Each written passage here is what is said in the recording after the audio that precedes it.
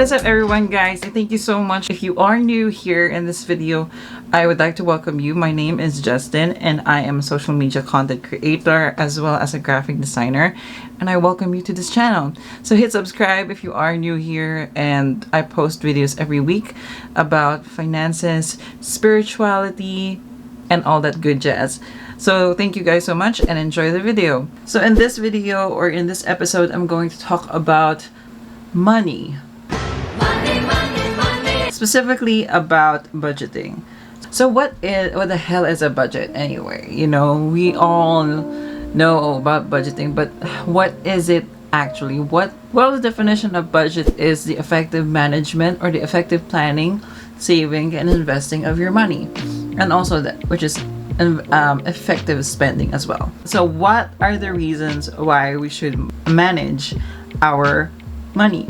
Because the number one reason, money is actually a power. Well, it isn't a superpower. It is more of a power to procure something, a power to purchase something. It is a power to avail services as much as you can. But power also actually corrupts. Not in a way that it would corrupt you like in the government, but it's a way to corrupt you by becoming addicted to spending. And also, one of the major reasons is budgeting is actually the basics of financial literacy and the road to wealth. I'm actually now reading this book. It's called The Richest Man in Babylon, which is a very, very great book about stories about wealth and finances. You should definitely pick it up or check it out.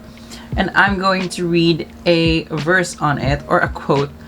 It is called, "I found the road to wealth when I decided that a part of all I earned was mine to keep, and so will you." So how do you budget? So, well, it depends. It really depends on two factors: your income and your expenses. From that definition, let's start from our income. Now, most millennials do have one source of income, and that is their job. For example, your income earn like 25,000 pesos per month. That 25,000 pesos is the only income he has. That's it. That's the first step. After that, the income, we should consider his expenses. Now, his expenses, I consider there are two categories of expenses.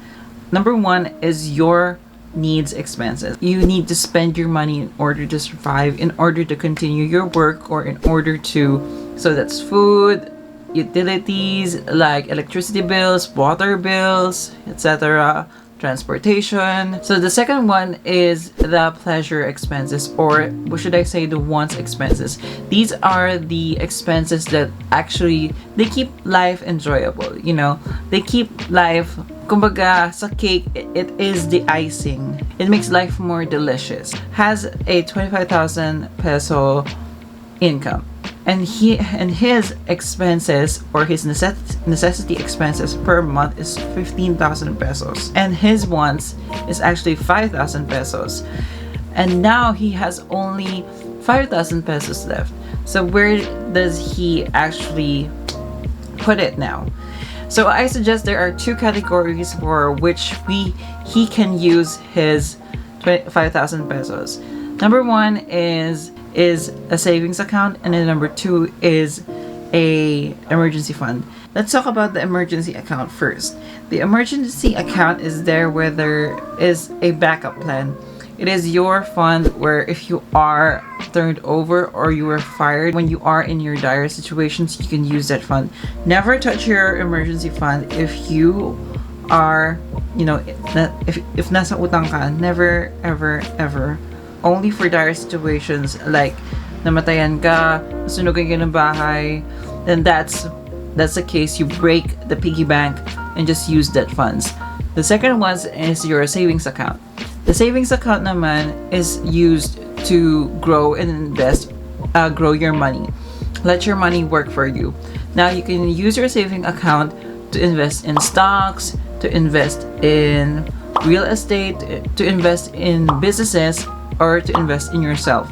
You know, get some courses, online courses, and study. 1/10 of what you earn should be yours to keep. That is a general rule I follow. Sometimes I actually just increase it to 20% or 30% just to have that kind of a solid cushion. It is a cushion that will enable you to get out of certain situations. If gipit ka, you have that kind of leverage, or you have that kind of money to pull out and use it.